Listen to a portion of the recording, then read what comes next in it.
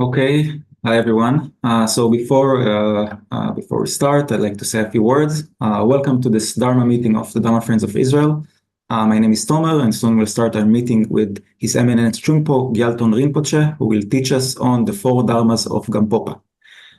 So I want to remind you that this meeting is being recorded on DeFi YouTube channel. If you wish, you may watch it live through YouTube, and you can also find previous meetings and recordings there. You simply go to the YouTube and write DFI Israel. This is our channel. We have quite a few Dharma online teachings events via Zoom. Many of them are in English. You may find information regarding it in the Dharma Friends of Israel website and our Facebook page. Now, to listen to your preferred translation, please click on the interpretation icon below and choose the desired language from the drop-down menu. If possible, please turn on your camera. Seeing you and your reaction will help the teacher and also creates a nicer atmosphere for all of us. As the teacher and everyone can see you, then please make sure that if you do open your camera, you are presentable as you would be in a real classroom. Now, a couple of words on our teacher today. His Eminence Trungpo Gyalton Rinpuche is one of the incarnated lamas who are recognized as the incarnation of the 6th Trungpo Gyalton Rinpoche by Guru Vajradhara, His Holiness the 12th Chamgon Khenting Tai Situpa. In his previous 3 incarnations, Rinpoche served as the head of Kyongpo Monastery in East Tibet and was one of Tai Situ Rinpoche's spiritual teachers. He was also the spiritual teacher of the King of Sikkim, among others.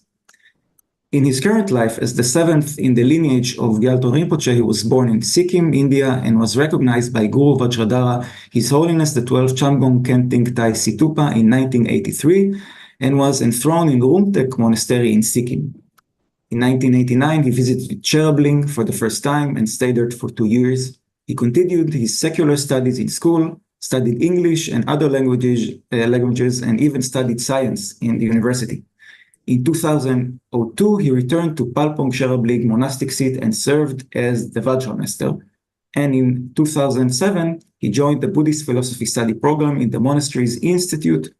He completed the traditional 3-year retreat in the retreat center in Cherabling. For several decades, Rinpoche has been teaching Buddha Dharma in many centers affiliated with Palpong Cherabling Monastery. Rinpoche officially represents His Holiness Chamgon Khenting Tai Situpa on official travels, and since 2020, he has been one of the main teachers to transmit the Discovering the Inner Buddha study and practice program all over the world. This is his first teaching at the request of the Dharma Friends of Israel. I will say just a couple of words in Hebrew. אז כמו שאתם בוודאי יודעים, כל הפעילות שלנו נעשית על ידי מתנדבים וללא מחיר קבוע מראש, אז אנחנו מזמינים אתכם לתרגל נדיבות לב ולתת דנה, כלומר תרומה למי שמעוניין עבור המורה ועבור המשך הפעילות שלנו. ניתן לתת תרומה כעת באשראי, העברה בנקאית או דרך פייפל, ואת הכל אפשר לעשות דרך הדף של האירוע באתר ידידי הדרמה. So, one final thing that I will say is that we are planning to have a short Q&A with Rinpoche at the end of the session. So if you have any question, please send it to me via chat or to DFI or to myself, DFI Tomer. And hopefully we will have enough time to ask Rinpoche this question at the end of the class. We will start now. I wish us all an interesting, pleasant, and beneficial meeting. Thank you very much, Rinpoche, for this teaching. Okay, so Tashidale to everybody. And first of all, before starting, I would like to sincerely say thank you to all those who have requested for this particular teaching topic, and also all of you who are organizing it and also translating for me. So I sincerely want to say thank you to all of you. And I hope these, since we have the topic is the teaching on the 4 Dharmas of Gampopa.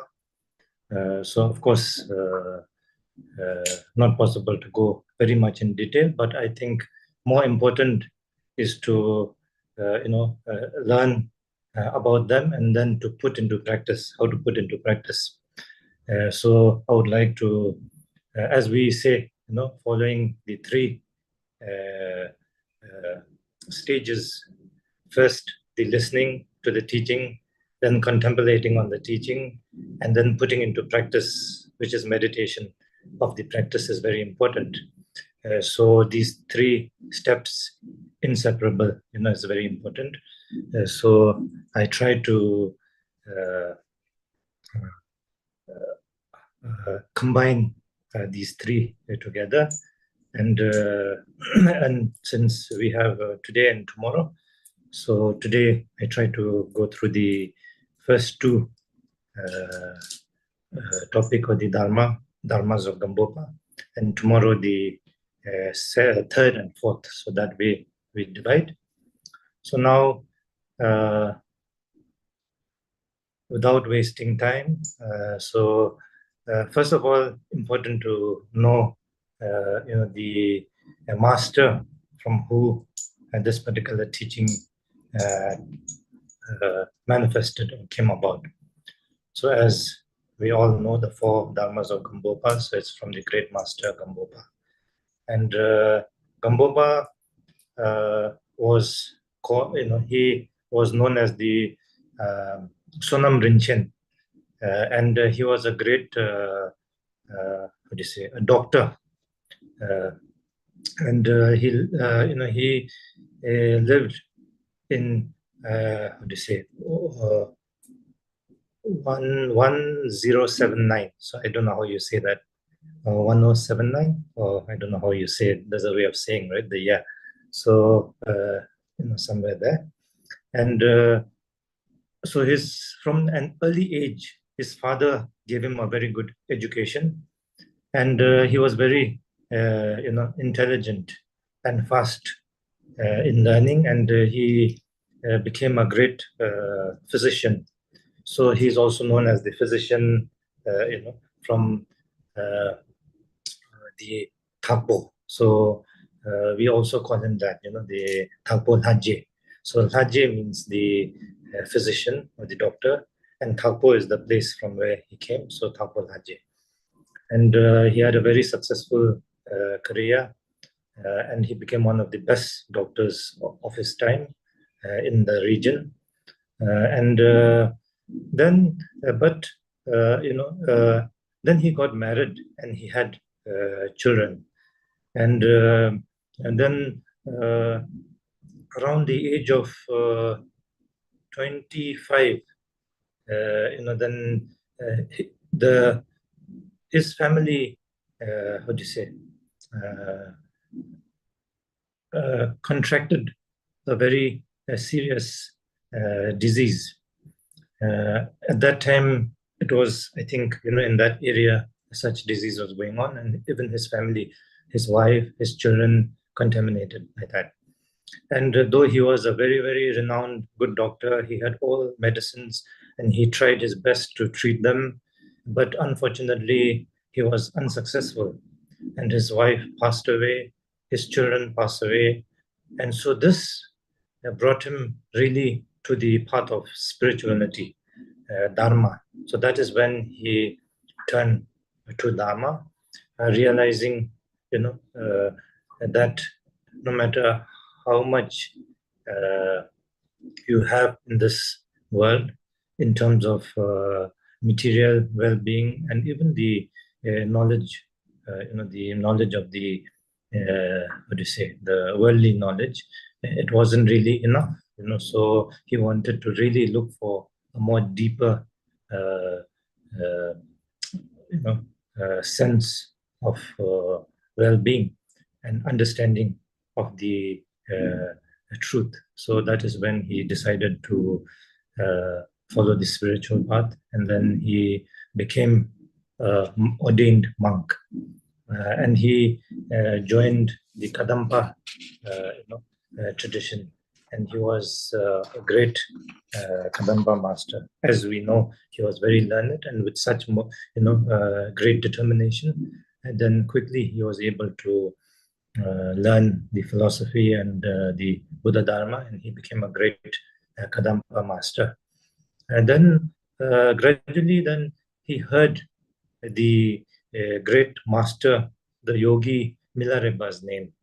And when he heard that, immediately he had this kind of calling and a great wish to receive teachings from the great yogi Milarepa. So then he decided to go in search of Milarepa, and so then when he went, then the place called Tashigang, where in the mountain of that place, then Milarepa was residing, teaching his students the Mahamudra, transmitting the Mahamudra lineage. And then Gampopa, when he reached that place, he met a student of Milarepa, a yogini, and then she told him that yes, master is expecting you already and knew about this. And that made Gampopa very kind of a little bit how do you say, he had a little bit of an ego, because he thought, oh, I'm special, even the great yogi Milarepa know that I'm coming, so this everything is very special, therefore I will not have much difficulty in learning and the transmission, able to transmit the precious Mahamudra lineage, so he will not have very difficult time. So he had this kind of a little bit of an ego, and Milarepa was omniscient, so he knew this. So then so he didn't give immediate audience to him, and then he told that when the right time comes, I will call you, so till then you practice and wait. So he was waiting for quite a few weeks, and then finally he thought that I think I really am not how do you say, my karma is not good, I'm not so special because I'm not getting audience with the great yogi, so maybe I'm not so special, everybody else is receiving teachings and able to see him, and I'm still not able to, so he really practiced hard, did lots of purification, practice, accumulation of merit, practice and that, and then he spent a lot of time doing that with sincere devotion and aspiration to have this karma of meeting the great master and receiving teaching. And then gradually with this, then Milarepa saw that the time was right, and then he sent a student of his to call Gampopa, said now the time is right, so you can come and see. And when Gampopa went to see him, and then Milarepa was sitting on a rock, and then all of his students then greeted him, and and then Milarepa offered him a bowl of, we say, chang. Chang is a local drink, alcohol drink. So he offered him that, and at that moment, Gampopa, in his mind, thought, that, oh, I'm a. He was a great Kadampa master, ordained monk. So he thought, if I drink the chang, won't it contaminate my vows? So he was thinking that, and immediately Milarepa, could know this. And Milarepa told him, son, don't think too much, don't confuse too much. And immediately he knew that this master was an enlightened master, and then he had so much faith and so much, devotion that he immediately took that bowl of chang and drank it up completely. And this was a great, we say, auspicious,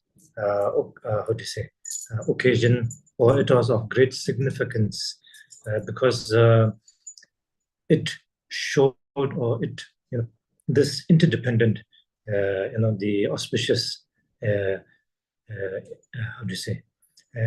we call it, because when he drank completely, it's, the significance is that he would be able to, take in the entire transmission of whatever his guru, the Milarepa, would transmit upon him. Like how, from the water poured from one vase to another vase completely, so that way, he would be able to receive and uphold and benefit beings through this. So it was of great significance and very auspicious that way. And so then, of course, he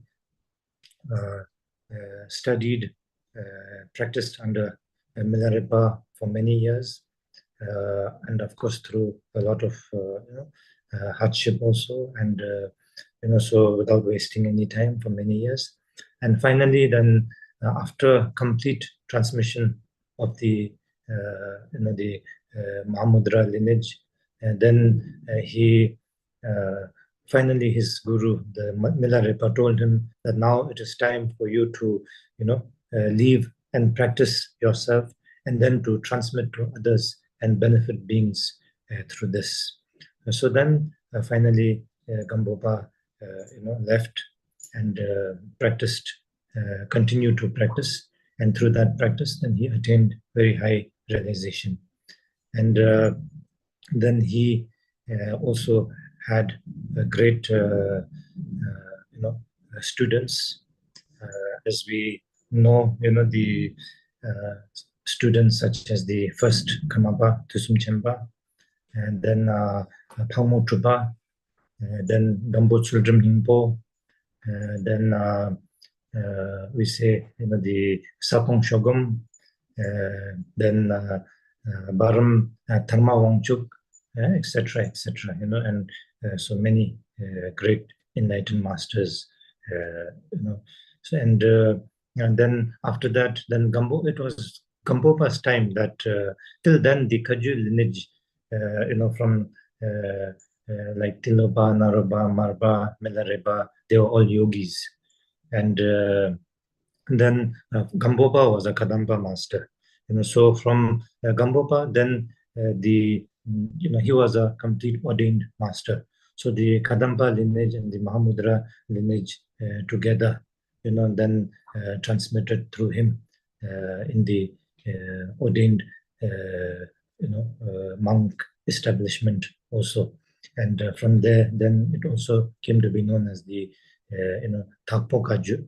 So actually we call Marpa Kaju, but Gampopa's activity manifested and flourished to benefit countless beings, so much so that the Marpa Kaju also we call it Thakpo Kaju, as there is a prophecy, that by Marpa to Milarepa that in the Kaju lineage the students will be greater than the master, so that way then it shows that Thakpo Rinpoche is the activity flourished so much that it came to be known as the Thakpo Kaju.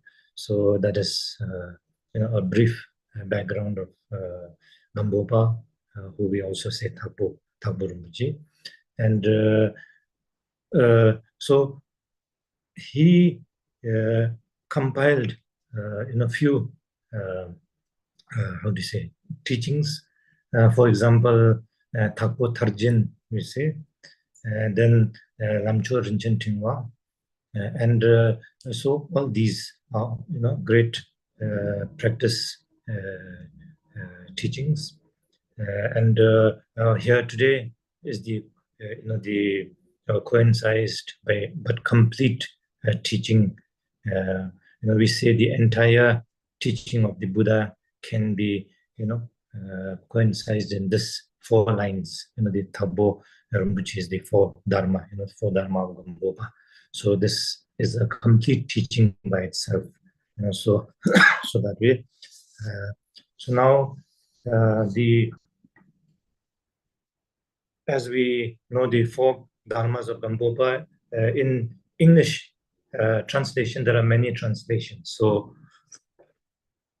I'm not sure which one each individual of you are using, but it's fine. In Tibetan, we say, lo chusun doar shinjin labdun sol.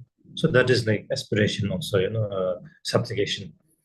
So from oneself as a practitioner, and then we supplicate to our master, to Thapo Rinpoche, that may you grant your blessing so that my mind may turn towards the Dharma.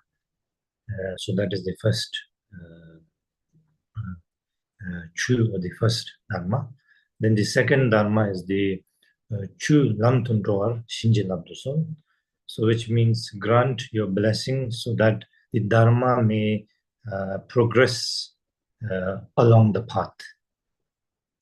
And the third Dharma is Lam Tulpa Selvar Shinjin Labdusol. So grant, okay. So grant your blessing so that the path may clarify confusion. And then the fourth is Tulpa Yeshisu Charvar Shinjin Labdusol. So which means grant your blessing so that confusion may dawn as wisdom.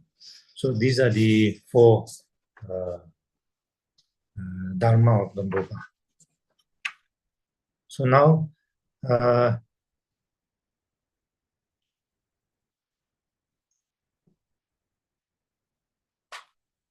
so in the teaching, as we all know, the teaching of the Changchup Lamrim, so English, I think they translate as the stages of enlightenment, right?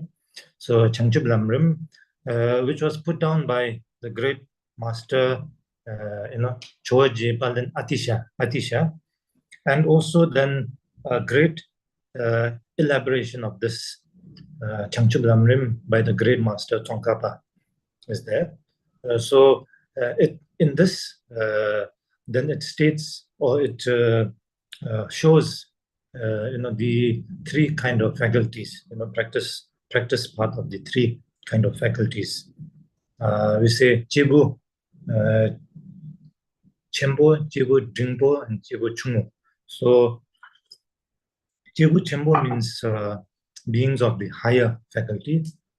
Chibu Dingpo means beings of the middle faculty.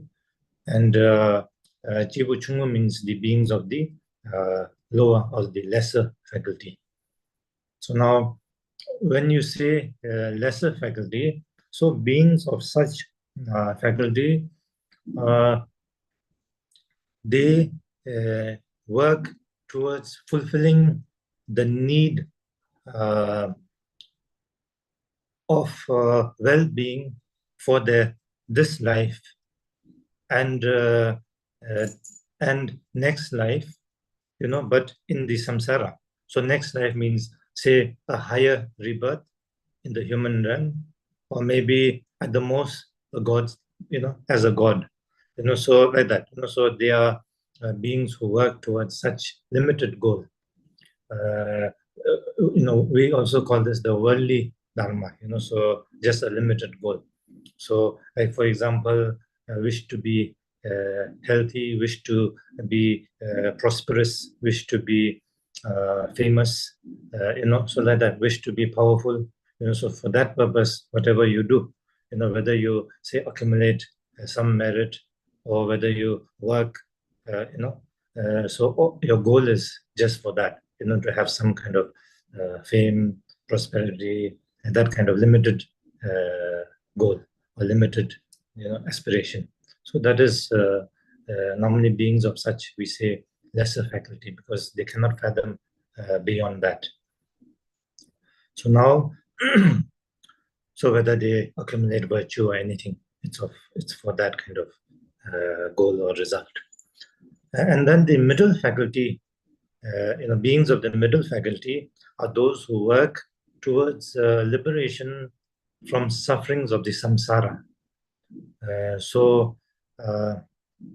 For example, we say the Nyentu and Rangsangje. So Nyentu Shravakas and Patika Buddhas.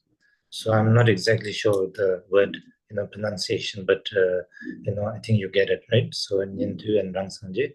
So for them, seeing that the samsara is, the truly, how do you say, renunciation to the sufferings of the samsara, and wish to be free from this, and to achieve the peace from this for oneself. So that is the second, the middle faculty.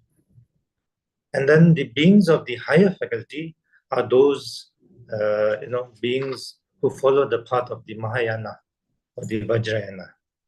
So such beings have taken the commitment of, we say, bodhicitta, the bodhisattva's path, the bodhicitta. So here the goal is not just for oneself to be free from the sufferings of samsara, but rather to be free from this, not only the samsara, but for the complete enlightenment, to attain complete enlightenment, and not only for oneself, but for the benefit of all sentient beings.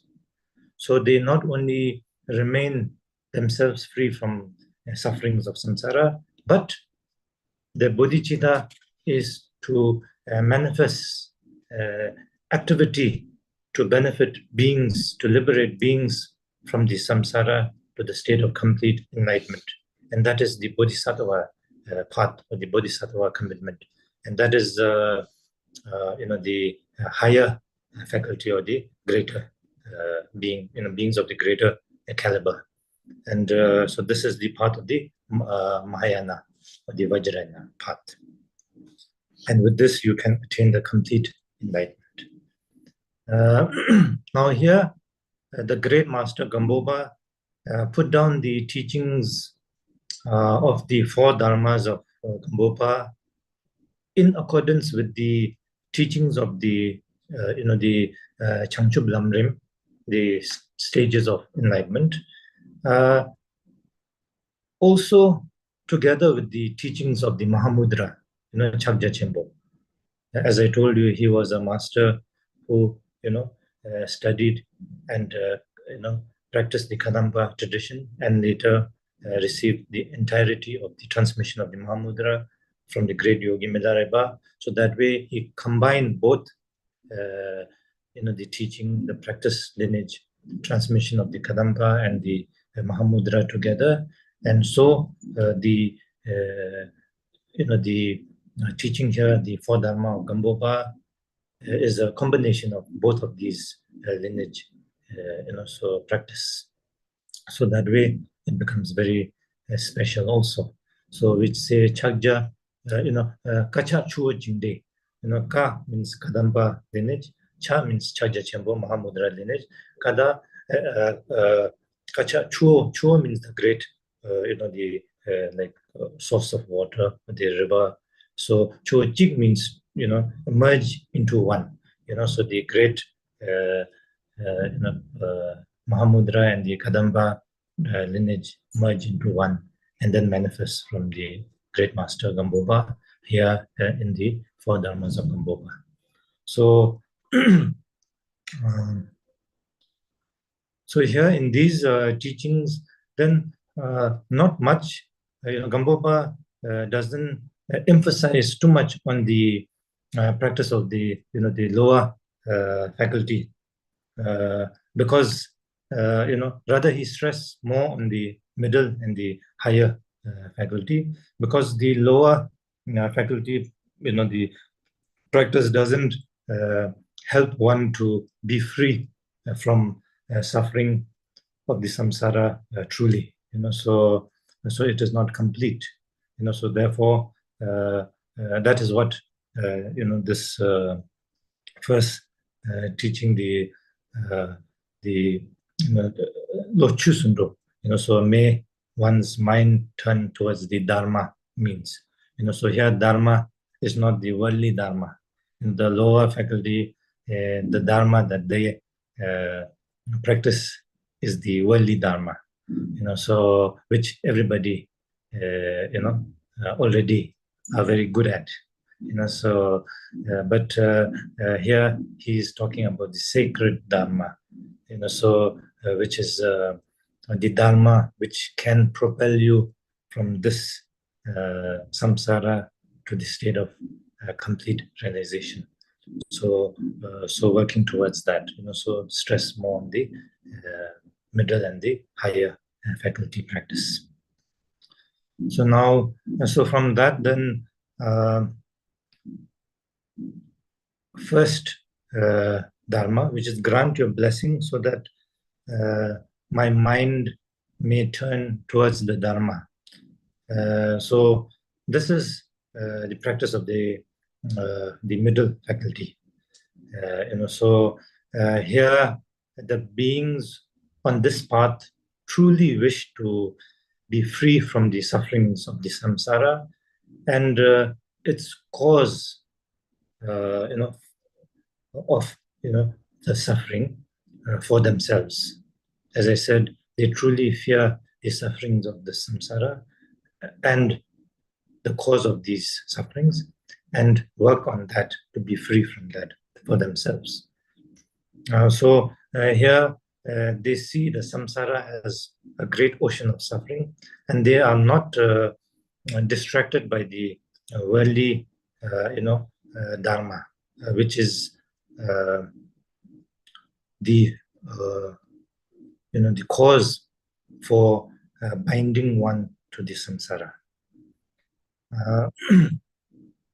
So, as I said, normally, for us, the all sentient beings, no matter what kind of beings we are, whether we are humans, whether we are animals, whether we are some, extraterrestrial, we are all, one common thing that we have, and that is we wish to be happy, and we wish to be free from suffering. So that is common. But the difference is how we work towards achieving this happiness and how we work towards eradicating the suffering. Ordinarily we think, that if we have a lot of material wealth, that will give us happiness, that will free us from our suffering. But so we work towards that all the time. We sacrifice our time. We say, one of the sufferings of human realm is that we have no time. So like this, we are working day and night and trying to make wealth, thinking that it can give us, happiness. But the very process of getting absorbed into that thought starts our suffering, isn't it? Because we don't have time for ourselves, we don't have time for others. We are, and we are stuck, trying to make money, and then we think that will give us happiness. But the more money we have, the more we want, and the more we, have, the more we want. So there's never end to that want. And after some time, the want becomes so big that it is just so enormous that one takes one's own life, or one becomes crazy.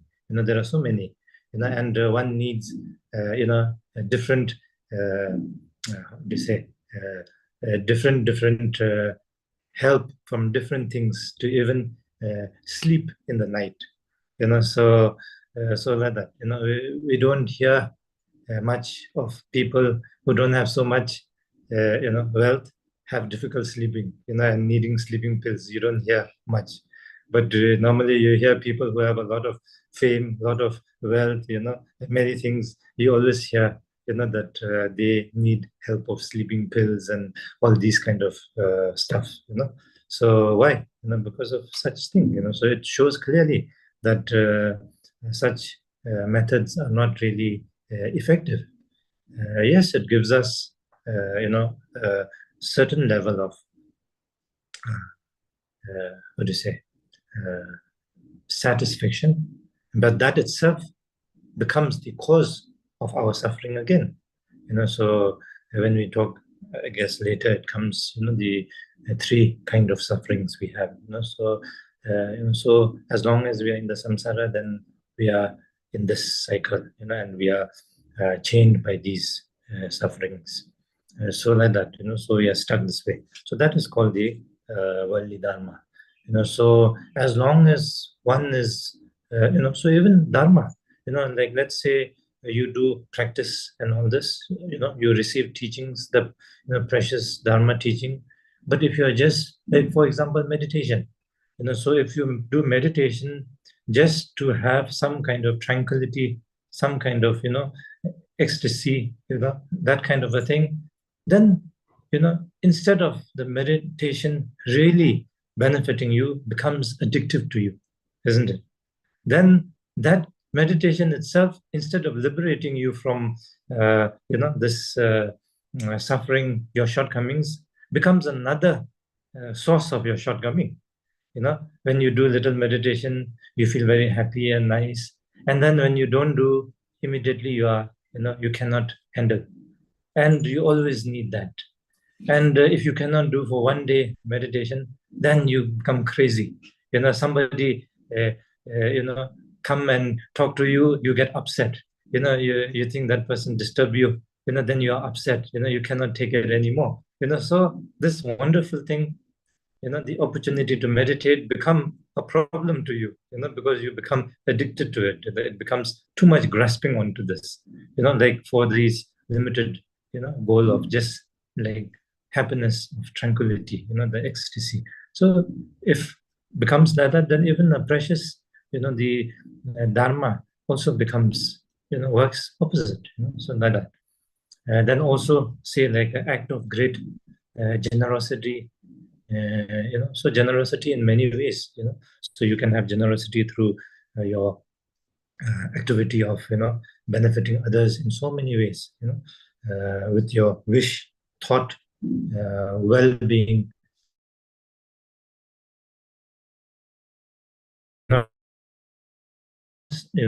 act of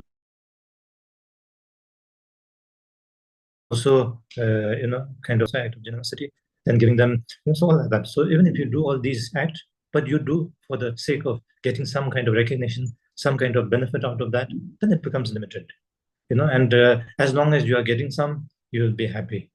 But then there's such a strong string attached to that, that when you don't see people really recognize your such action, or, or forget to recognize that, then it becomes a great source of, aversion, make you upset and make you, and then this such a wonderful act is, kind of contaminated by that, and then it becomes the source of one's downfall.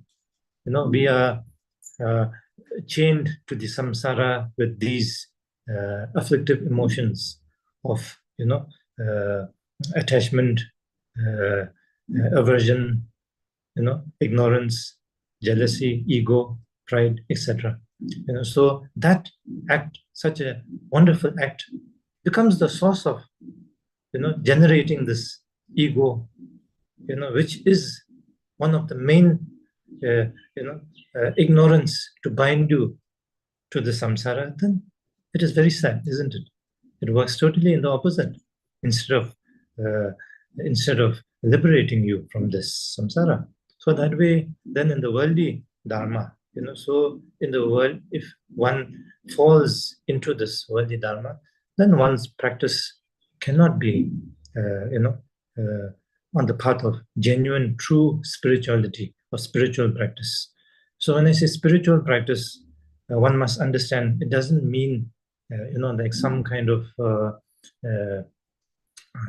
blind faith or some kind of, you have to succumb yourself to somebody, who has a greater power than you, someone out there. If you are not good to that one, then you will be punished. And if you are good to that one, then, you will be rewarded. So not that, so here when I say spiritual, practice or the spirituality doesn't mean that. In fact, it is the opposite of that. It is that your liberation, your freedom depends on you. You have the full, liberty, the full ability to achieve that liberation, because we all have this quality in us. We all have this ability in us. So we call this the Buddha nature. So the primordial potential or the wisdom within each and every one of us. So that is, so our practice will not go towards that, if we are bound by the worldly dharma. So like that. So here, first, to turn one's mind towards the sacred dharma is very, very important. To know the difference between the sacred dharma and the ordinary dharma is very important. So if you don't know that, then you will not know how to follow the spiritual path. So that is why, and then first teaching of the Gampopa emphasizes on this. That may my mind be turned towards the dharma. Now.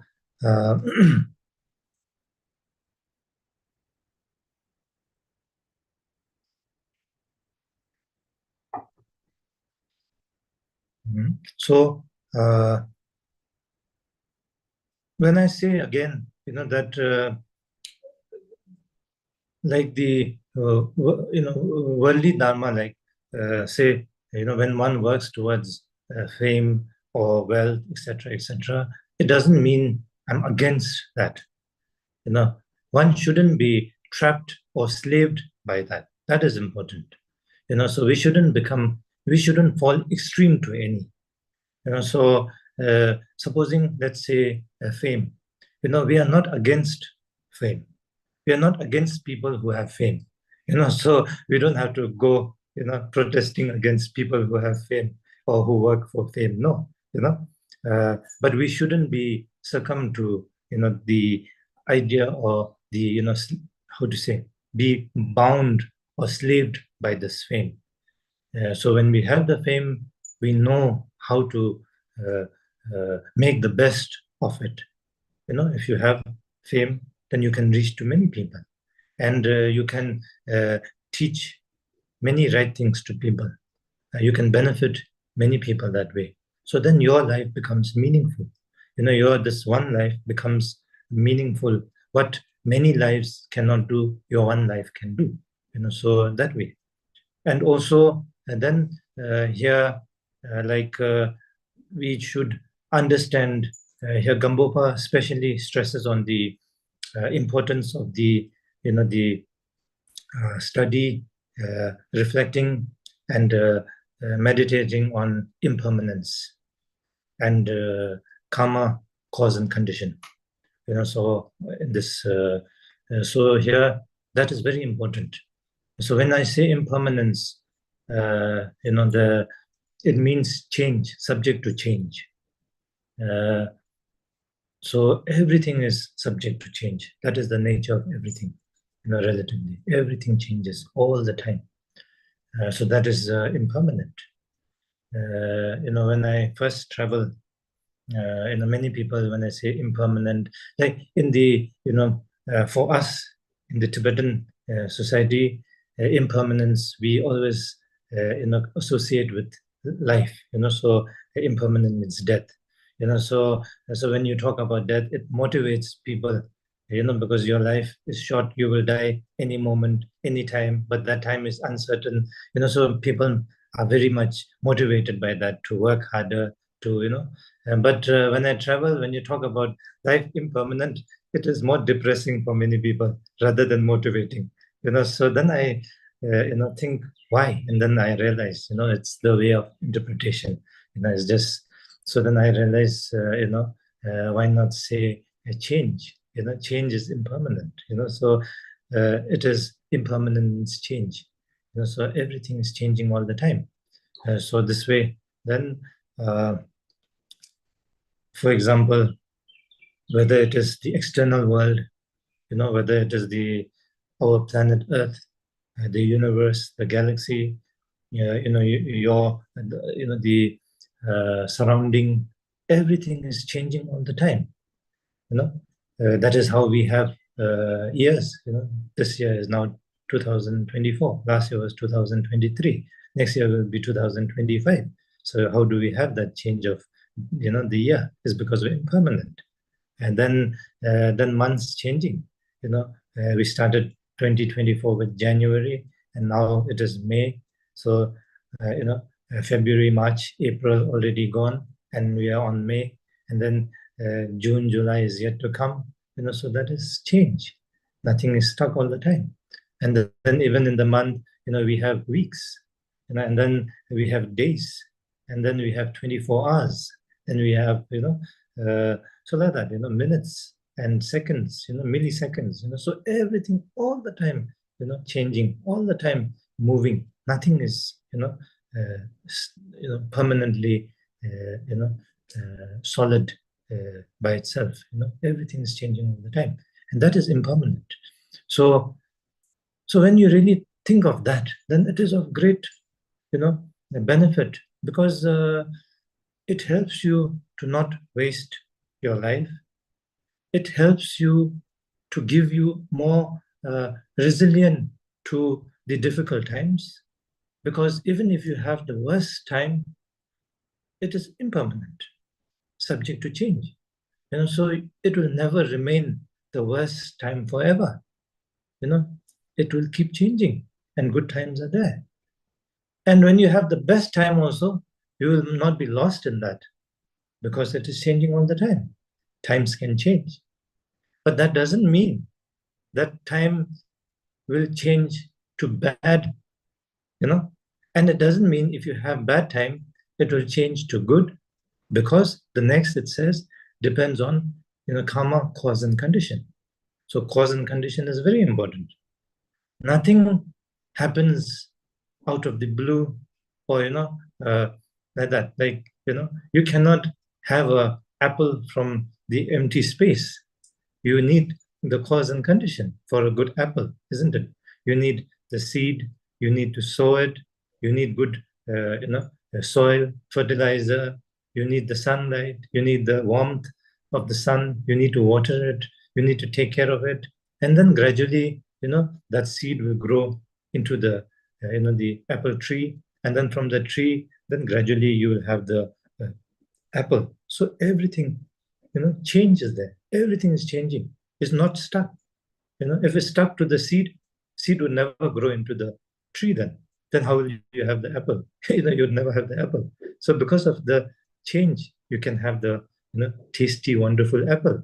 But to have that tasty, wonderful apple, you need to create the cause and condition for that.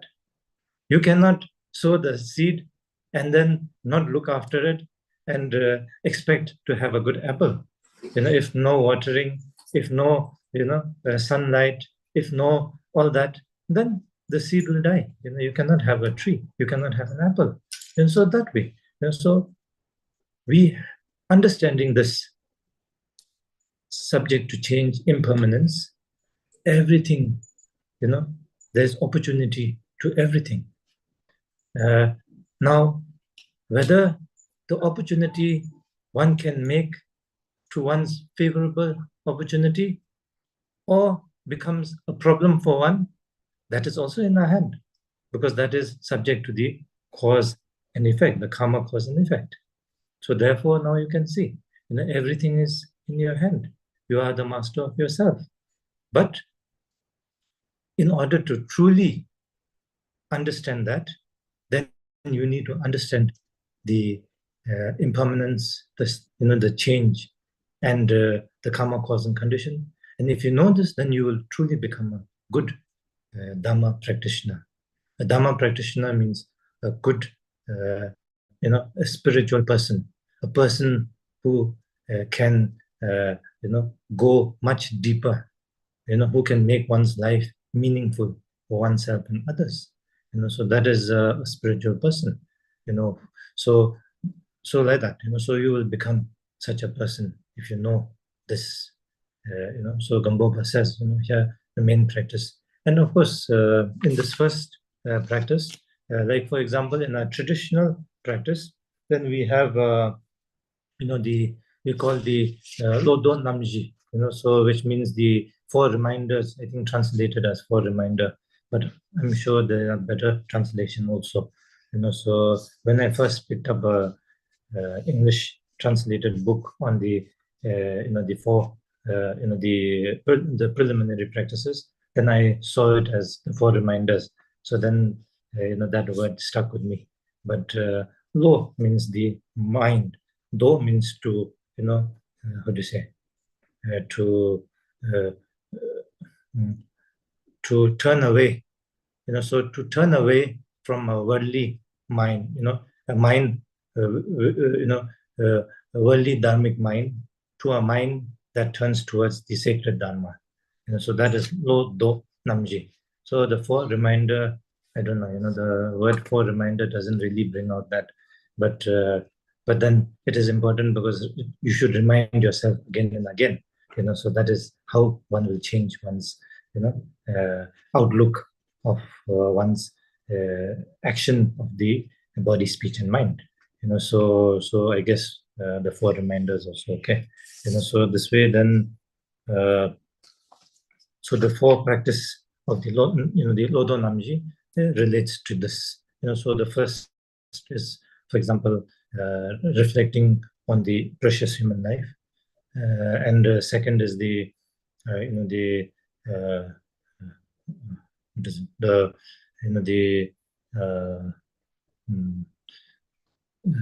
impermanence, and then the third is the karma cause and effect, and then the fourth is the the shortcomings of the samsara. So normally these practices are done as a practice of the first Dharma of the Gampopa, but here mainly it stresses particularly on the the impermanence and the karma cause and effect. As I said, if one truly understands and can jar, in Tibetan we say lola jar, so lo means mind, jar means to stick, so if that can truly become one, with yourself, in your thought, in your action, then you will always be mindful, you will always do the right, because that you see the reality of everything, and then you will know what is the right thing to do, because as I said, all of us wish to be happy, all of us wish to be free from suffering, so we know how to work towards that. So that is why in this first, and then now,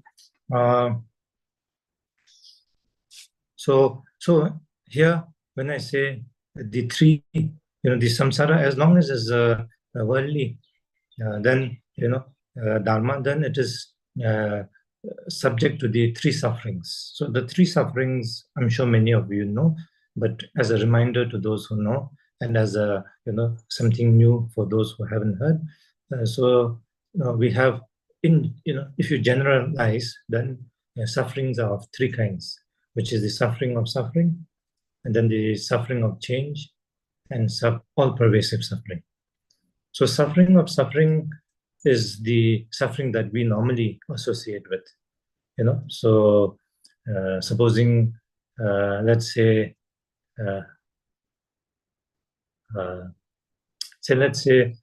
illness, like diabetes.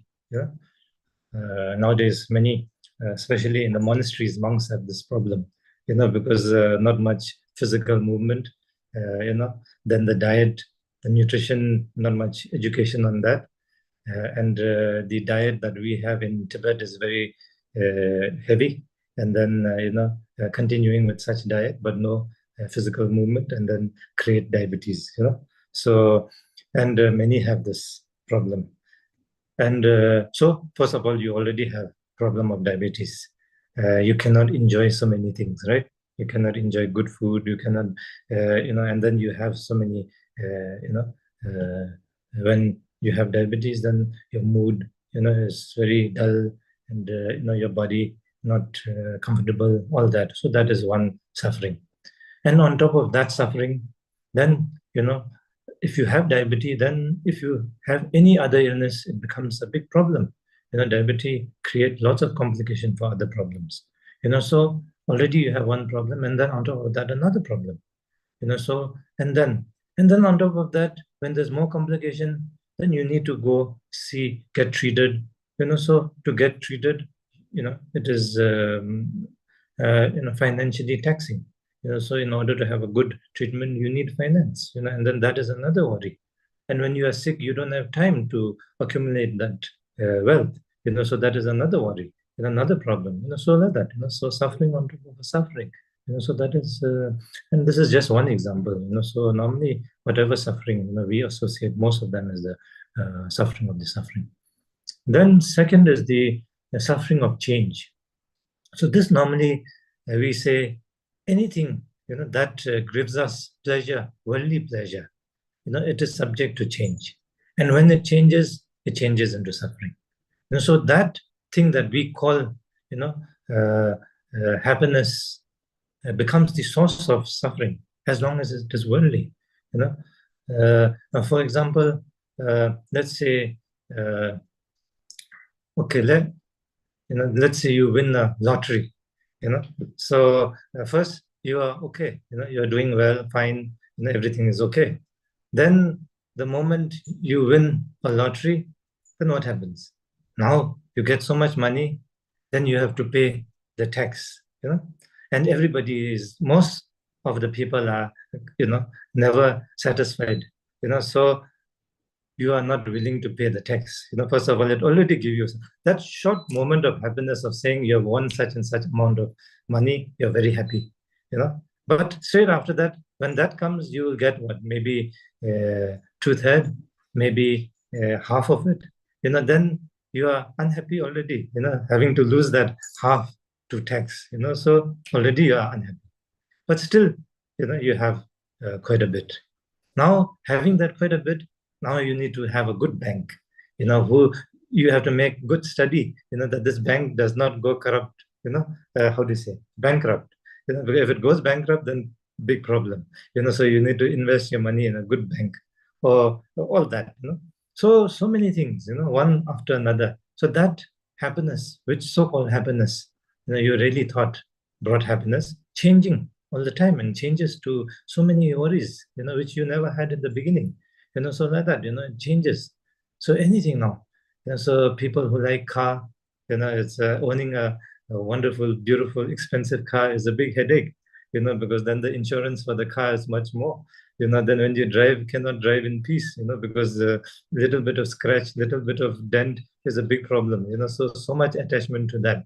And attachment is, afflictive emotion, that is a source of one's, suffering.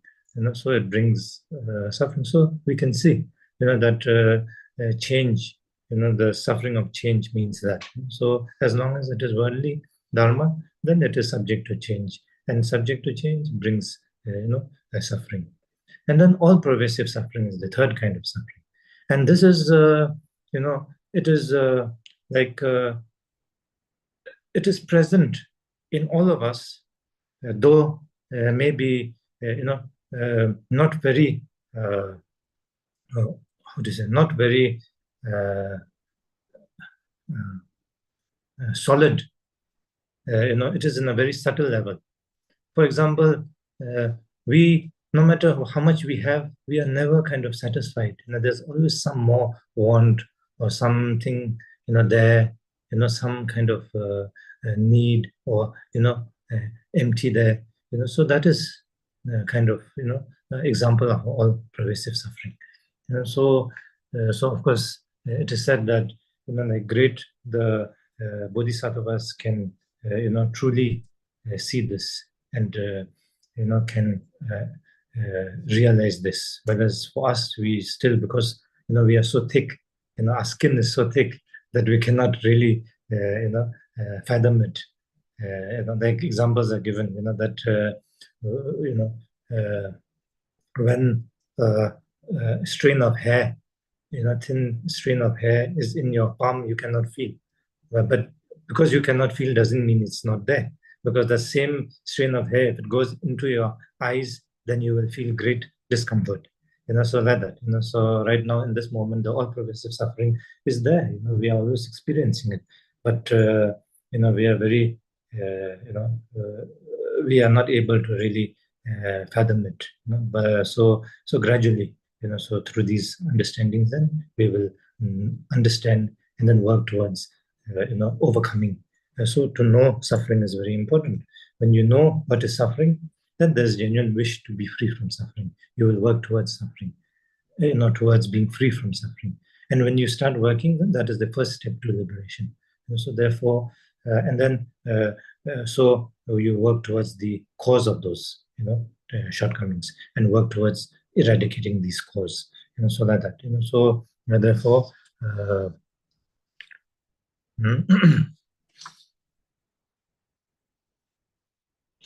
So now maybe we can do a short practice on this, the first Dharma of Gampopa. As I said, the practice is with the the impermanence. So now here, how we will do the impermanence practice is, we will do a meditation first on the breathing. So breathing is, like normally breathing shamatha meditation is quite common to all. So everybody know this. So we just focus on the breath, going in and out. And then gradually we see that, the breath that is going in and out is always changing. The breath, how will a breath go in? If there's no breath coming out, it cannot go in. And then if there's no breath going in, how will it come out? And so every moment there's change taking place. And then also that breath, when it goes in, passes through your mouth, then through the the windpipe, goes down into the lungs, then fills the lung up. Then gradually again the lungs deflate, and then that wind coming out from your windpipes, out from your nose or mouth, then going out, then that so the oxygen, taking in oxygen, changing to carbon dioxide, come out, so that everything is changing all the time, so like this. So this is one way of meditating on this. And others also, one can meditate on like sensation, like your body. We can say we can focus, let's say, the sensation on our let's say crown. Then gradually that sensation, whether it's first you have a sensation of thumping, then that will gradually change into some kind of a heat, hot. Then it becomes cool. Then that disappears. Then that sensation goes somewhere behind your neck. Then that moves somewhere else. So like that, one can focus on the sensation all the time, change taking place. And so we just recognize that change, and we just maintain our awareness on that and be with that. And so when we learn to do this, so as I said, first is to recognize. It's very important. When we recognize it and then be with that, then what happens? Then gradually we understand it, and then we can go deeper, and then we can, truly, we can understand this, the impermanence, the change. So that we will do. So beginning, of course, we will start, because of short session, we do the refuge and bodhicitta. So the bodhicitta is normally, in the 4 sentence, Sangji Chudang, Tsokji Chonangla, Chanju Pardo Dani Chapsuchi, Daki Jinzo, Jebe Sunamji Dola Penchir, Sangji Dobarsho. So these 4 lines have the bodhicitta, the refuge, and bodhicitta. Okay, so we will skip the 4 immeasurable thoughts at the moment because of time. So the first 4 sentences we will do nicely 3 times, and then after that, then we will do a short, breathing shamatha. So breathing shamatha means, you just focus on the breath going out, the breath coming in. So just focus on that, mindfully, focusing. Be aware of this. Just that's it. Thoughts will arise. Doesn't matter. Don't. No need to stop or block your thought. No need to entertain the thought. You make the breath as the support for your mind to rest on. So this way we will do for a short time. Then after that, then gradually we learn to just watch the impermanent, the changing nature of the breath. Okay, as I explained to you. So this way, and then we will do a dedication at the end. So now, before the meditation, we just sit for a while. We relax for a while. Just take a deep breath, and as we breathe out, then just feel the weight of the body. Your body has this gravitational pull. So just feel that and relax. As you feel that, then just let all the muscles of your body relax, and just feel that and be relaxed in that.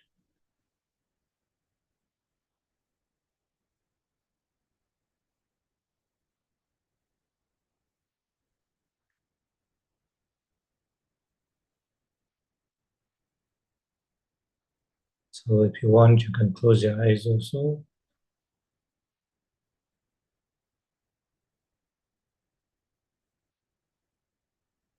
Now we make the supplication mudra, and then we recite the refuge and bodhicitta.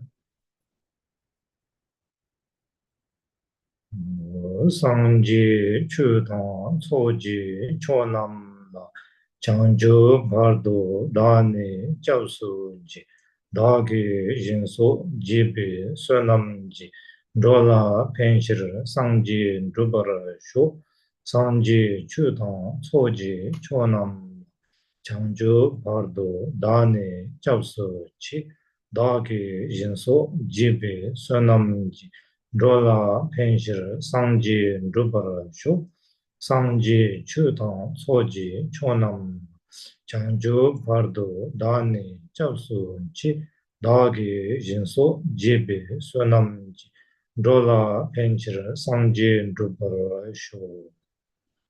Just remain in the meditative posture and just do the shamatha, the breathing shamatha for a while.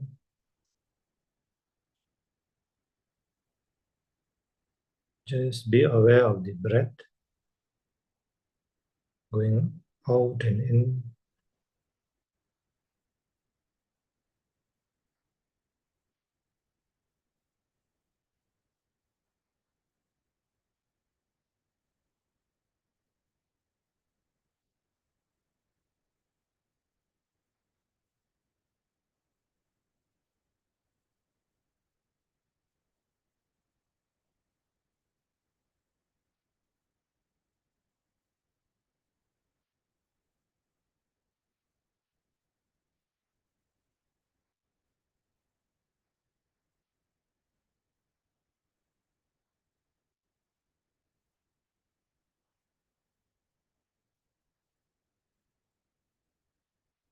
Now observe the breath, the ever-changing nature of the breath. From moment to moment, it is changing all the time. Recognize this change and just be with that.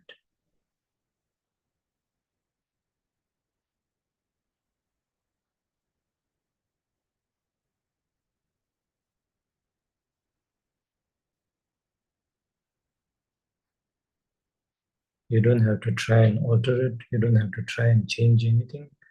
Just recognize this moment to moment change taking place and just be with that as it is.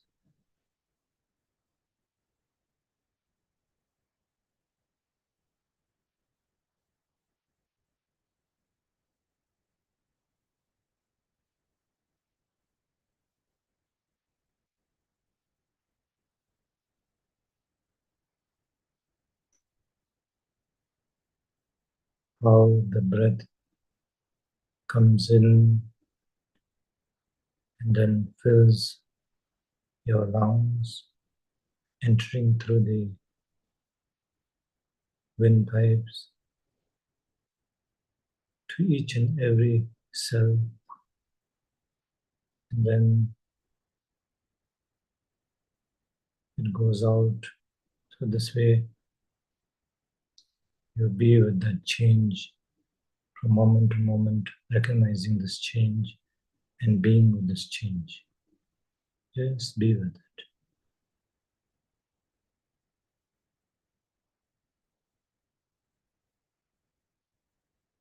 And when you breathe, even how your chest, your stomach, everything expanding and contracting.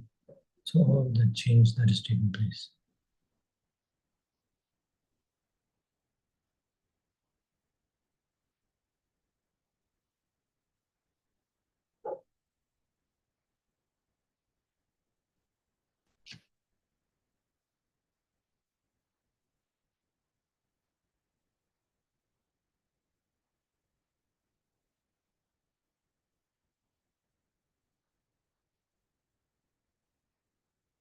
Now, as I said, you can focus on the sensation of the body. For example, on your crown or on your face, any part of the face, the sensation, if you just focus on that, the sensation is changing all the time.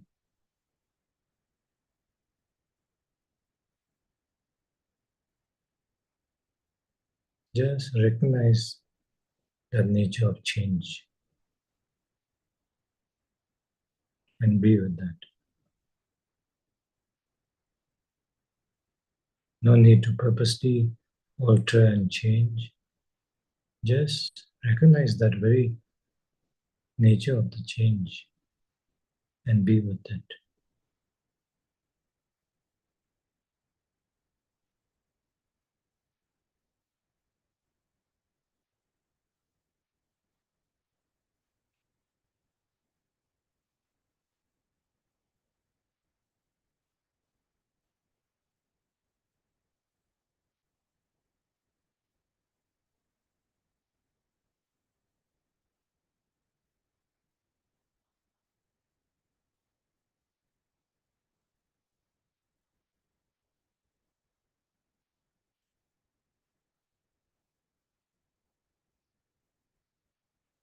Gradually, such practice will help us become aware and familiar with this very nature of impermanence or change of all phenomena, and gradually recognize directly the nature of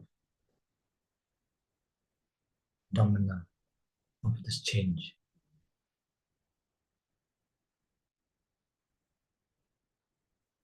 Now we just let it be, let go of that, and just remain in this state of meditation for a while.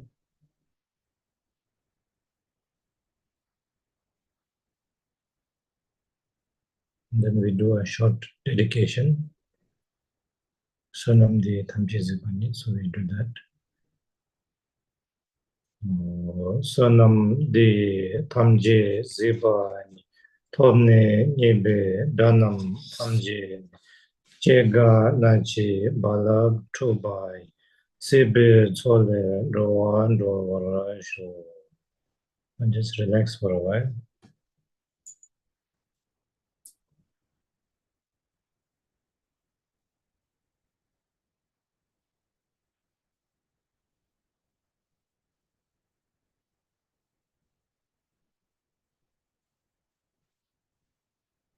Okay, so now, as I said, so when you develop this, genuine understanding of this impermanent nature, the nature of change of all phenomena, and then the karma cause and effect, and then one will truly be able to turn one's mind towards the sacred Dharma. So that is the first Dharma of Gampopa. So now the second, so which is the Chu Lam Tundroa, Shinje Lam Tusol. So Chu Lam Tundroa means may grant your blessing so that the Dharma may progress along the path. So for the Dharma to truly progress along the path, then it is dependent on the path of the higher faculty or the Mahayana.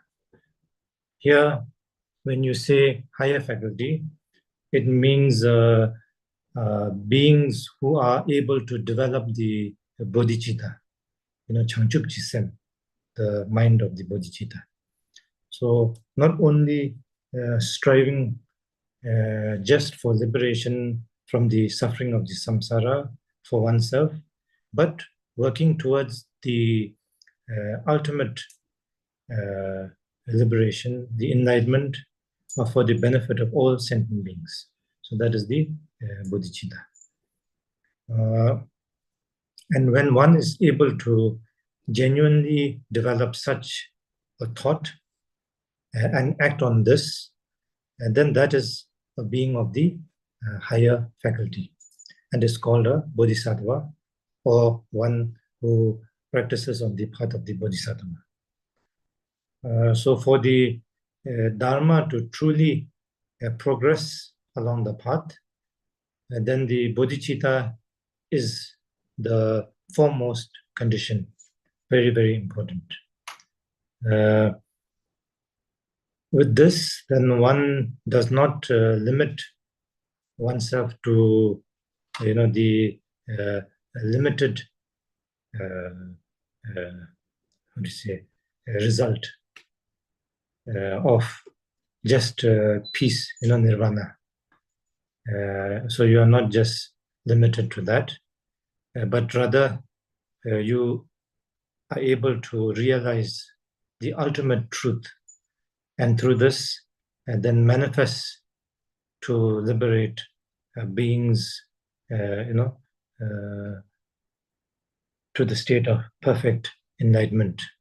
Your activity will manifest that way in the three kayas, we say, so in the Vajrayana. So now,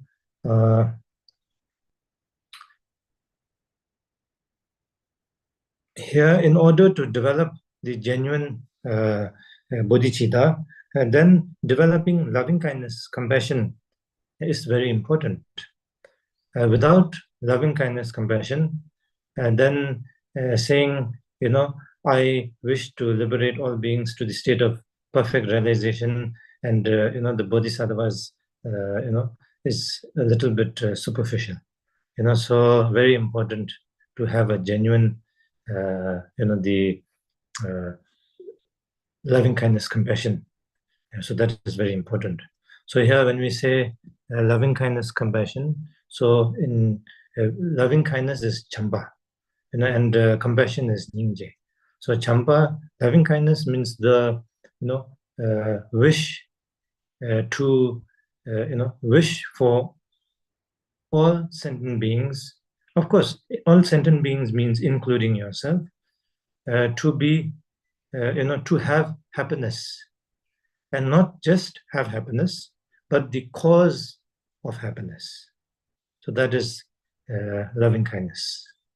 And compassion is, may all sentient beings be free from suffering, and not just free from suffering, but the causes of suffering.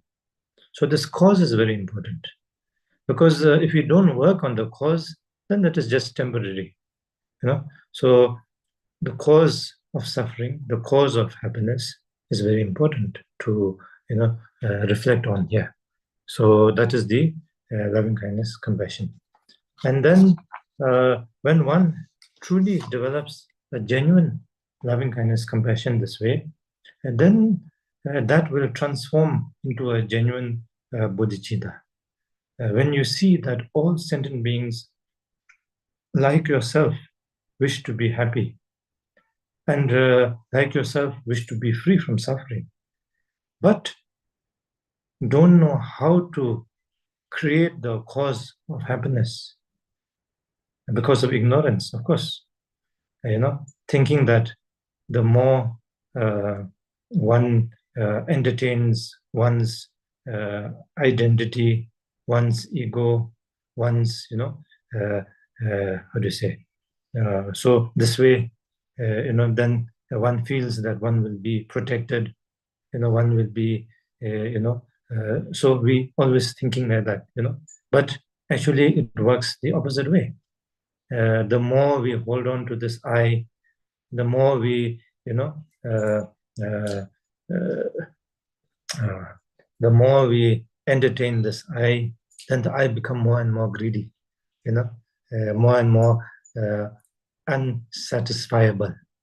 And it becomes so big that, when you have a big balloon, and then very easy to burst the balloon. From a distance, you can throw a nail and burst the balloon. But if the balloon is very small, and then very difficult to hit the balloon from a distance, isn't it? So the same way, so if we entertain this, I, me, mine, then there's never end.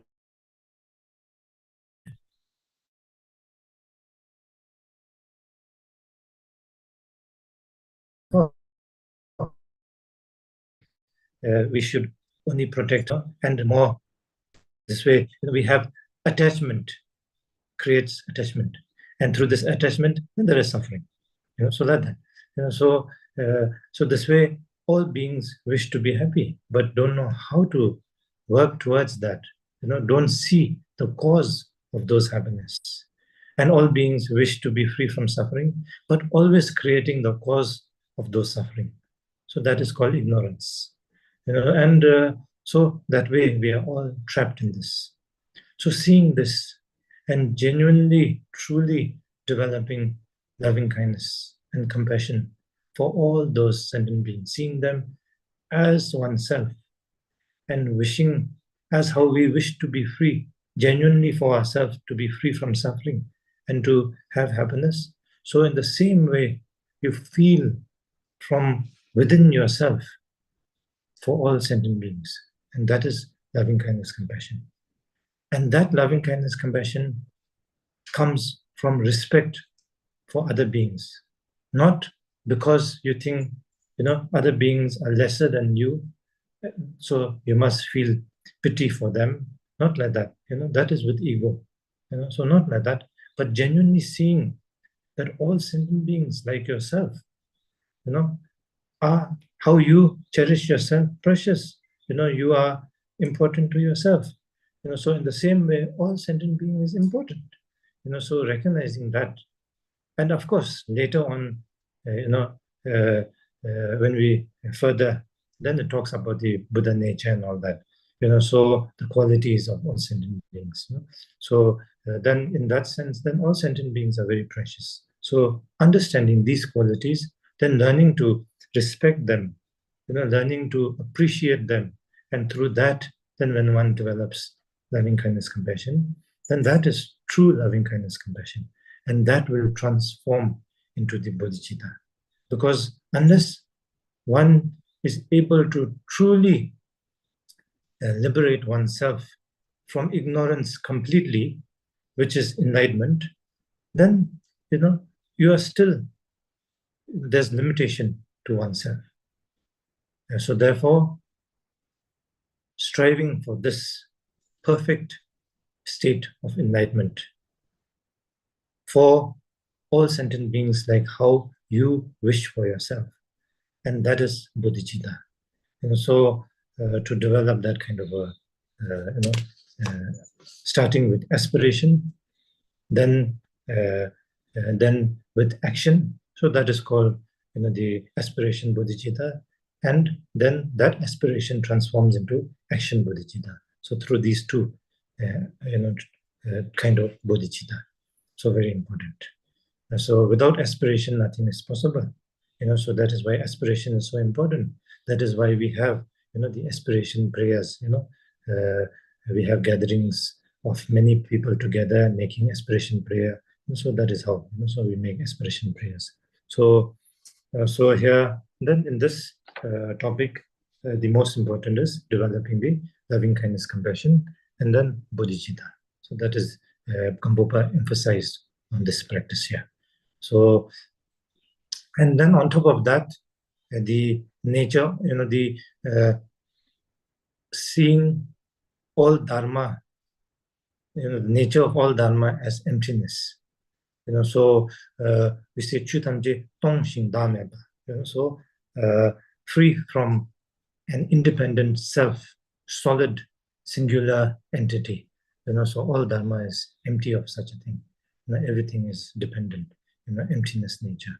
So this, and so by relying on the path of, as I say, aspiration and action bodhicitta, then the relative and ultimate bodhicitta also arise from that. So when you say relative bodhicitta, then there's somebody here doing the practice of bodhicitta, then for somebody there to do the bodhicitta practice, and then the action of doing the bodhicitta practice. So that is you are in the three spheres, in the sphere of the one doing the action itself, and to whom you are doing the action. So that is relative bodhicitta. And then from there, then gradually the ultimate bodhicitta. Ultimate bodhicitta is through the understanding of the emptiness nature. So free from these three, the spheres of subject, object, and the action. So that is the ultimate bodhicitta. So so now okay.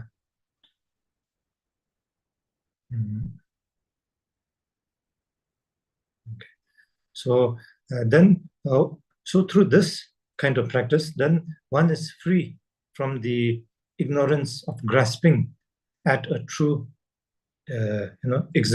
existential nature, like say I, and then from there, as I already mentioned, comes and me, mine, then attachment, aversion, ignorance, and elaborated into many other, like ego, pride, jealousy, etc., etc. So all that arises from that, holding on to this as reality, I. So that way, and then when we recognize the empty nature of this, then we can truly be free from this very, then we are, we go beyond this limitation of even samsara and nirvana. So samsara, as long as there's samsara, there's nirvana. As long as nirvana, there's samsara. So it is still limited. So when we truly develop the limit, the limitless nature, when we truly realize this, then we go beyond, and that is the ultimate state or the true nature of everything, where we say, the liberation and samsara is of one. So there's no separate. But of course, that is gradually, we get there. So that way, so this emphasizes on this kind of higher faculty practice. So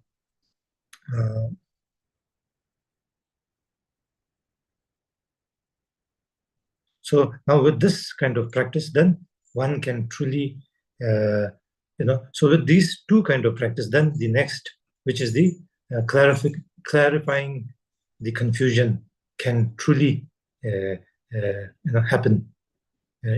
So because of these two paths, then comes the next, which is clarifying the confusion, which is the third.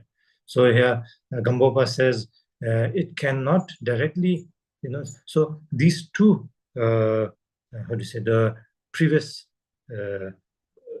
teachings cannot directly clarify confusion, relying on them only, but one has to rely on the the path of the Vajrayana or the Mantrayana, which deals with skillful means or practices, such as the developmental stage practice and the completion stage practice. So that is the next, the next topic or the teaching. But here now for this particular practice, as I said, we do a short. It's already time. We have, I think, let's say one practice we should do, right? So then it becomes, so we do a short meditation on this. Okay, so as I said, this is a practice of the loving kindness, compassion. So we can do a practice of the loving kindness, developing loving kindness, compassion. As I said, loving kindness is, truly developing this, a genuine motivation to, wishing for all sentient beings, including yourself, to be always happy and the causes of happiness, and truly wishing all sentient beings, including yourself, to be free from suffering and the causes of suffering. So loving kindness, compassion. So we meditate on that, try to develop this. Okay, so that is the first meditation. And if we today, little short time, then practices such as Tonglen practice. I'm sure all of you heard of. Tonglen is give and take practice. The practice of giving and taking. So giving one's well-being and everything to others, and then taking others, shortcomings onto oneself, like that. And supposing if somebody is, if you've experienced something, happy experience, then immediately think, may all this happiness and the causes of this happiness, ripen onto others also, and others also be happy, like how I'm experiencing. And when one experiences, difficult times, then one immediately thinks that may, all sentient beings also their such difficulties and the causes of difficulties ripen onto my this very difficulty, so that I can absorb all that onto this, and may all sentient beings be free from such, and may I take this and ripen on myself. So like that. So that is a Tonglen practice. So one can do this practice. It's very, sometimes people think Tonglen practice, they are scared to do this, because they think you will lose your happiness and you will be, bombarded with suffering, but it really doesn't work that way. It works in the opposite way, because at the end you see, the stronger grasping onto this I, mine, for me, then more attachment, more aversion towards others, then that is ignorance, and then suffering arises, because these are the root cause of suffering, then suffering arises. But when you change that mindset in the Tonglen way, what happens? Then this I is less powerful. You're working, the antidote. So the I becomes less powerful. Then automatically less attachment, less aversion, then less ignorance. And these are the way to, work and dent your, these causes of suffering. So it works that way. And many people who do these practice can truly benefit out of it. So it will be very good if you can do this practice. Okay. So, but here now, just now we follow the same. First do refuge, bodhicitta, and then a short session of the breathing shamatha, very important. And then as we are able to have a calm, abiding state of mind, then in that state of mind, then we develop this,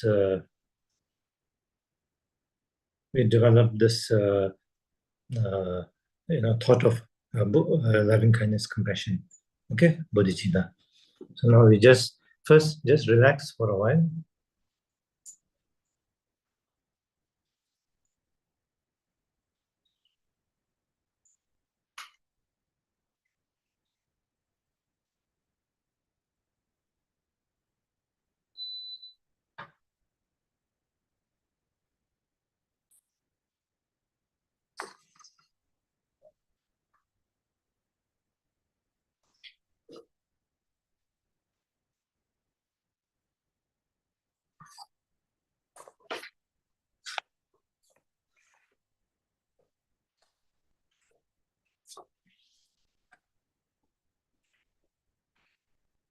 Now we say the refuge and Bodhicitta. Sangji, Chudang, Soji, Chonam, Changju, Bardo, Dane, Chabsuj, Dagi, Jinso, Jibi, Sonamji, Drola, Pinchir, Sanji, Drubarashu, Sanji, Chudang, Soji, Chonam, Changju, Bardo, Dane, Chabsuj, Dagi, Jinso, Jibi, Sonamji, Drola, Pinchir, Sanji, Drubarashu, Sanji, Chudang, Soji, Chonam, Changju, Bardo, Dani, Chabsuj, Dagi, Jinso, Jibi, Sonam, Dola, Penchir, Sanji, Dubarashu. Now we just do a short breathing shamatha meditation.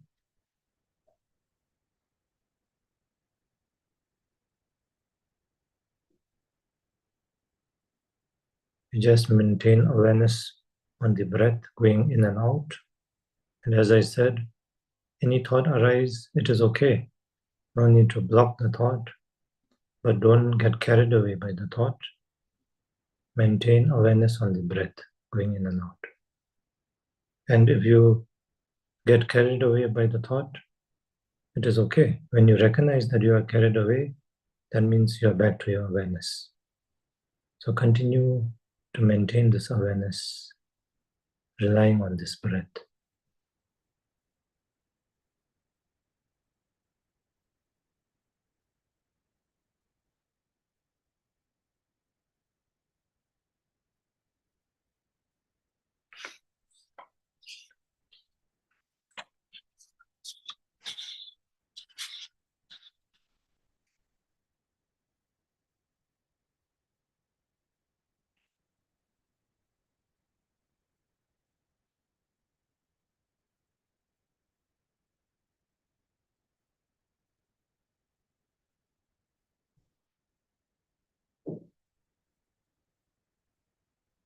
Now gradually maintaining this calm, abiding state of mind, then we meditate or we develop the thought of loving kindness, which is I wish, like how I wish to be happy and be with the causes of the happiness. In the same way, sincerely wishing that may all sentient beings be always happy and with the causes of happiness. As all sentient beings like yourself wish to be happy and wish to be free from suffering.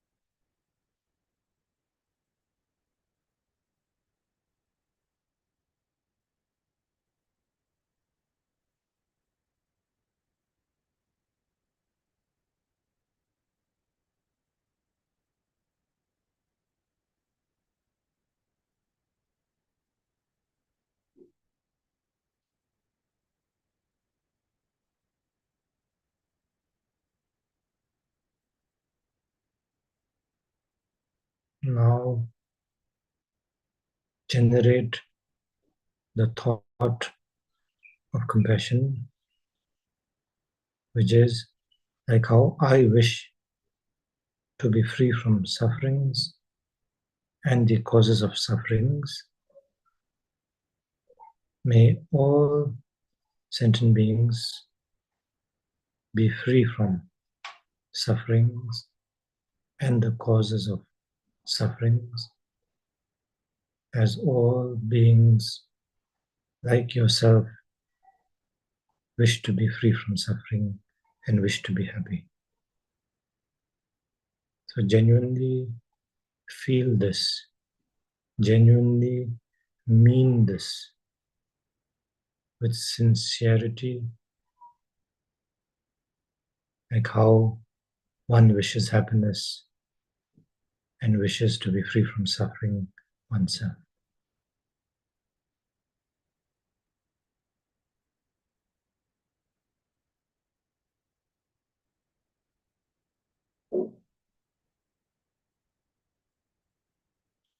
No beings wish to be unhappy and suffering. All beings, right from the smallest being to the highest being, all wish to be happy. But because of ignorance, don't know how to create the cause of happiness. All wish to be free from suffering, but always through ignorance creating the cause of suffering. So genuinely wish, like how for yourself,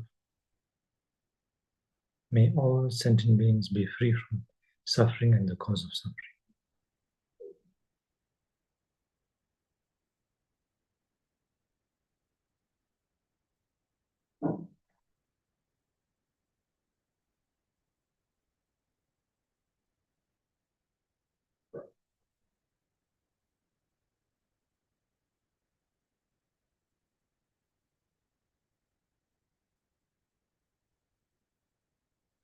And genuinely wish that may all sentient beings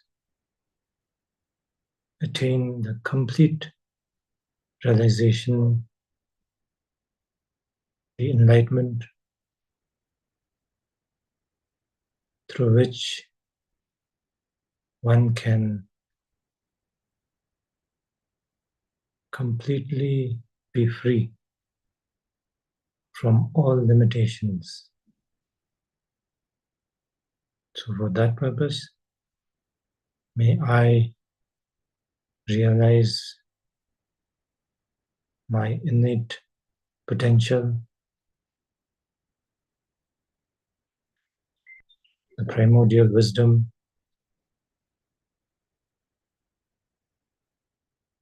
to benefit all sentient beings to realize their primordial wisdom, their limitless potential.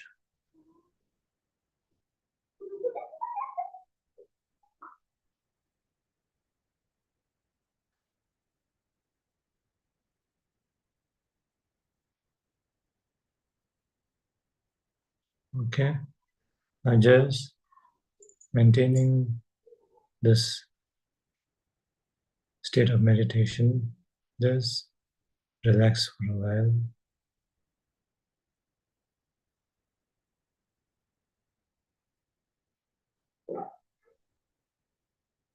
And then we do a short dedication of the same Sonam De Thamji Zibani.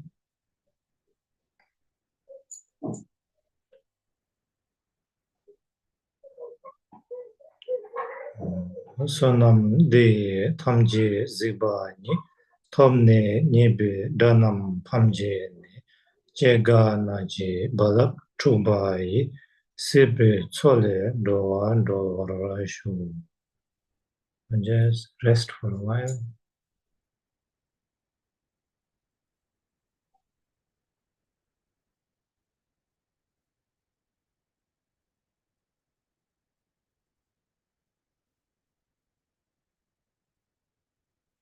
Okay, so now with this, then the short meditation practice of the second teaching of the Gampopa is concluded. And as I said, then the Tonglen practice also one can do. Yeah. So today, because of time, we cannot do that. And if you have question answer, maybe you can send in the question answer, and tomorrow I will try to answer. And because right now we don't have time. Okay. So tomorrow we try to do the question answers all together.